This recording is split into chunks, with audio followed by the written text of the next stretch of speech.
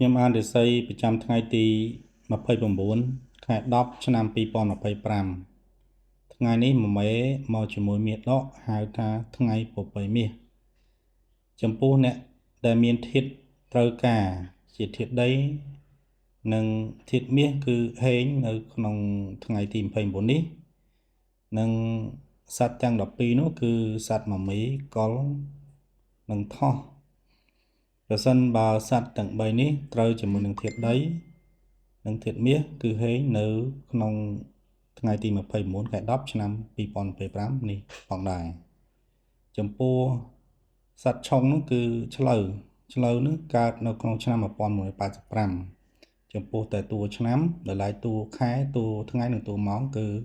អត្ថន័យចំពោះការឆុងគឺដាច់ដោយឡែកទៀតចំពោះឆុងនិយាយដើមលៀបពោឲ្យទោសនោះគឺគូស្នេហ៍របស់ឆ្លូវនោះគឺជូត